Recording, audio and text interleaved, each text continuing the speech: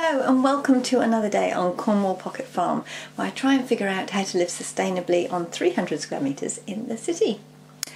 Today it's another one of my capsule wardrobe videos, and today we're tackling the Carmen Miranda. I chose that name because, as you will see from the design, I feel that it has a little bit of sort of Carmen energy, shall we say. So the first garment off the sewing machine in the Carmen suit is the skirt. And if you remember, the Carmen suit was originally called Suit B. If you look back at my previous videos, I think where I talked about the different elements that I was putting in my capsule wardrobe, you'll notice there was a Suit A, Suit B and Suit C. Obviously we've made Suit A, we've made Suit C, and this is the beginning of Suit C. So the concept for Suit C was that it was supposed to be, according to the vintage literature, it was supposed to be a sort of a little more gay and a little sort of more jolly and playful. So that's, I went with the red linen, and the design is just a little bit more, well, a bit more playful really. So yeah, so of course the other elements in Suit B are a top, so there's a skirt, a top, and a jacket. So I've yet to make, I'm part way through the top, to be honest. The top is sort of halfway there. Hopefully if I can get it finished, that will be next week's video. And then of course there's a jacket as well that can be worn as a complete suit, so it looks like, say, you've got a dress and a matching jacket, or you could wear the individual items separately, so the skirt, top, and then the jacket with other elements in this capsule wardrobe. So that's the big plan with this whole capsule wardrobe that I'm putting together, is that all of these elements will be able to be worn with the other elements in the capsule wardrobe, which would give me a large amount of options for different circumstances, different days, different activities, that sort of thing, but basically keeping the number of items to quite a small amount. We don't want to travel with a lot of luggage, so partly because I want to buy some stuff while I'm over there, so I want plenty of room in my suitcase to bring back some sort of gorgeous French and German bits and pieces, maybe some wool, maybe some fabric. Ooh, the options are endless. But of course, whatever I buy, I will show you when I get back. Let's get on with this video, the making of the Carmen skirt, and you can see the slight issue that I came across. Anyway, let's get into the video. It is a very wet day, which is perfect for sewing. Unfortunately, it's not that perfect for videoing. So I have set up as much, well, I've only got this one light which I got from the charity shop for 15 bucks.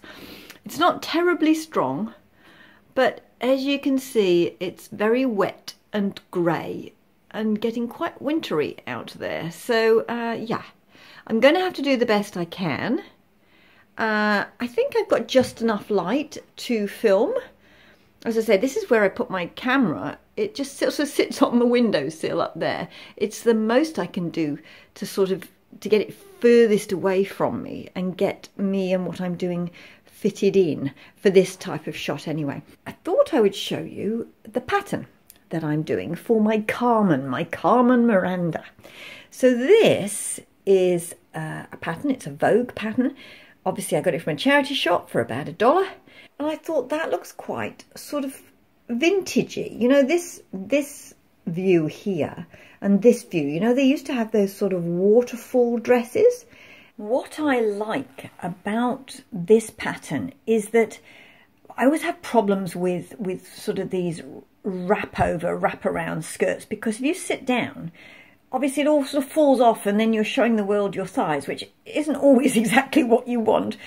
But this one, what I like about this is actually it's a complete skirt underneath. And then this piece here is just a panel that sits on the front. So that's rather fabulous. I'm really pleased with that. The back of the skirt here has a zip, so you get into it through a zip through the back. And this wrap on the front is essentially just a faux wrap. So that's perfect. And I do quite like this, the way they've got this wrap top. This is not part of the pattern, but I like this sort of wrap top idea here. Looking at the the skirt, I'm thinking that I'd quite like to do something between these two. Actually have something sort of lower but not full length. Because I have the Audrey skirt, which is knee length and fitted. I have the Julie skirt, which is sort of full and knee length. So I thought this one might be quite nice to have as a sort of longer length. And I think you get more sort of swoop and action if it gets longer. I've got to investigate the pattern pieces inside. Luckily, I'm usually the smallest size in any pattern, so it means that they won't have cut below my size. Sometimes people have a habit of chopping bits off, or doing something that ruins the pattern, but obviously that's the risk you take with a dollar pattern. So it's always a bit of a surprise and a bit of investigation when you look. So I'm going to open this pattern up and see what's in here, and hopefully all the pieces are still intact.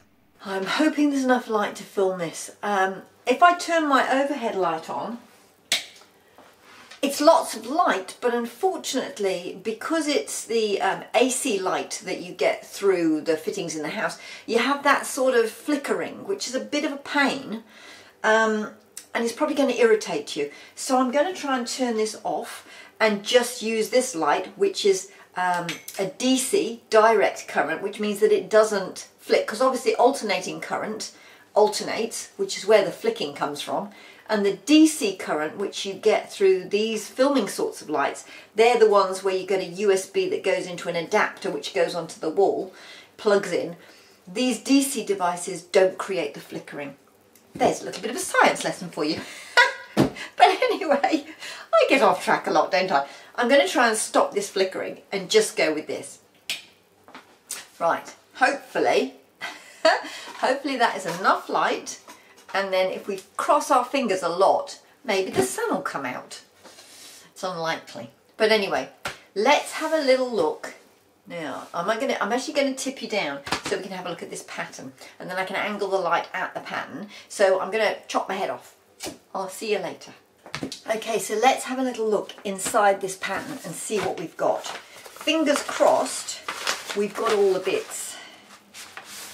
As I say, this is a risk when you buy the dollar patterns, but Vogue patterns, I don't know about the rest of the world, but these patterns new are really, really expensive, especially in New Zealand. Everything seems to be expensive in New Zealand because we're in the middle of nowhere.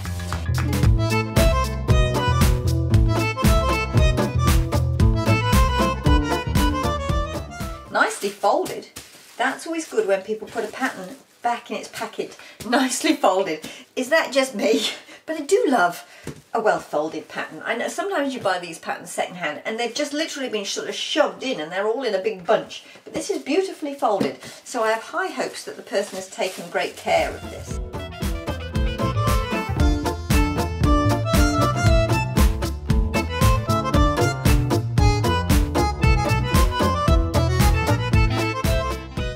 Okay, so as I thought, opening out this front piece that goes over the top, there are, these are obviously the big pleats. So this side of the pattern is the same as the normal skirt front, and then this side obviously is flaring out, and, I've moved it up a bit, and as you can see, this is the shorter version here, and then it continues to flare out to the longer version. Move it up a bit.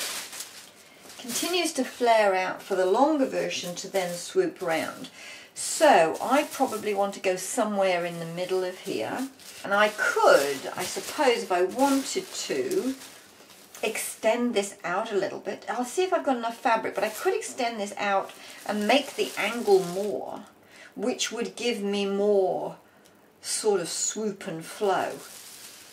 Yeah, I'll have to see. I'll test it in paper form, see what it looks like. Actually, just hold this up. What I mean by that is I would just hold this up to my body and sort of see how it works in paper and then go from there. So this is the pattern piece and this is me. So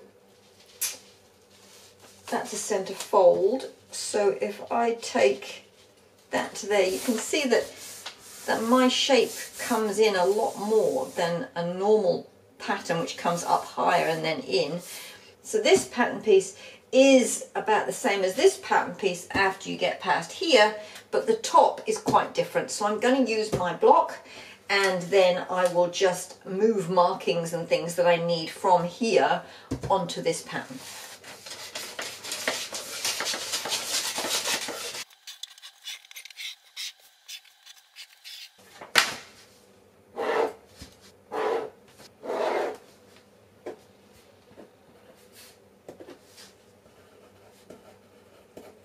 Okay, I will continue with this. I shall add on the extra length and make the patterns quite a simple alteration using the pattern pieces, the paper pattern pieces, and also using my blocks. I should have something really quite easy, I would think, that'll go together. Apart from the fact that I'd really like to squeeze a pocket in somewhere, and I'm not quite sure how to do that yet, so I need a little bit of thinking about that. Okay, I have both pattern pieces marked up, drawn up and cut out now, the back and the front, and I've moved over the marks that are particular to the pattern pieces for this skirt onto these new patterns I made. I think I'm going to have to draw out the front flap as well with the waterfall on, because I've got to work out the curve. Obviously it needs to fit the side, you know, the angle of my hips the same as this does. So I think I'm going to have to draw that one out as well. But it's quite nice because there are only 4 pattern pieces in this. Fingers crossed, touch the wood. It shouldn't take me too long to make. But I always say that, don't I? Okay, I've made some slight changes. I was going to make it longer between those 2 lengths on the pattern. But when I looked at the fabric's not very wide, and that causes a lot of problems with the amount of fabric I'm going to use. And obviously I want to get quite a number of pieces out of the fabric that I've got. The other thing is that I was thinking the back might be really boring. If it's just a long skirt with nothing going on at all, it might be not that interesting. And the other thought was, I'm making this capsule wardrobe obviously so that when I get back I can also wear it. And something that's that long, I don't know whether I would wear it every day in normal sort of life, so I've changed my mind and I've gone back to the shorter option, which was on the pattern. So that is this option. So I'm going to go with this option and take it to that length, which is just below the knee, which is sort of where I normally wear a skirt. Takes up less fabric, I think it'll be more wearable. It is summer as well, so perhaps I don't want to be walking around in long skirts, and I am going to have those trousers if I want to cover my legs if it's a bit chilly or something like that. The reason that I wanted to go with the longer version or have it a bit longer was, but I felt that it would have more fabric in it to sort of swoop in and make a nice shape and make it more of that sort of vintage waterfall look. But then I thought, well, actually that's in that overlay fabric, not really in how long the skirt is. So what I have done, I don't know if you can see, I have, you probably can't, this is where the skirt finishes, the overlay, so that this is the waterfall. I've added an extra piece on the end here, so that hopefully if that sort of folds in as well, I'll get, the idea is that I'm, very difficult to show you in paper, but the idea is that hopefully I'll get a little bit more waterfallness going on in this bit as well as this bit. If it doesn't work, I can always trim that bit off later on, but that amount of fabric in that small triangle gives me what I want, which is more sort of movement in that waterfall piece, and it will fit on my fabric better, and I don't need to have that extra length. So anyway, change of plan, that's what I'm doing.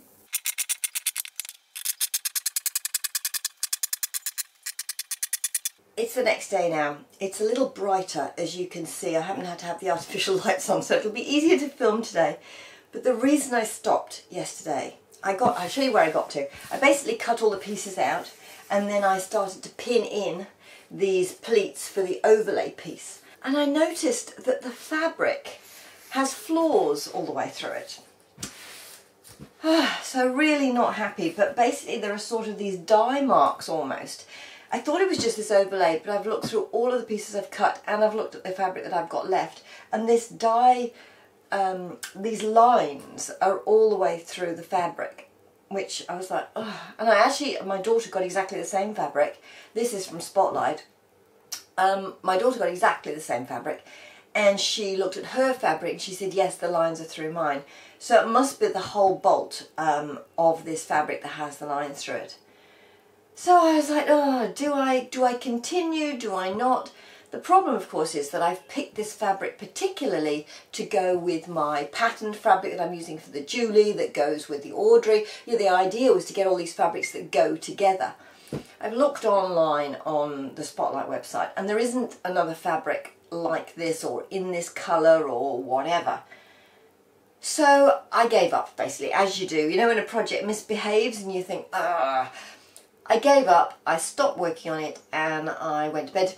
And the next morning, what I've decided is, this is already cut out and ready to go. I'm just actually going to make it up, because it's sort of like, it's a fabric that will sort of crease anyway as you wear it.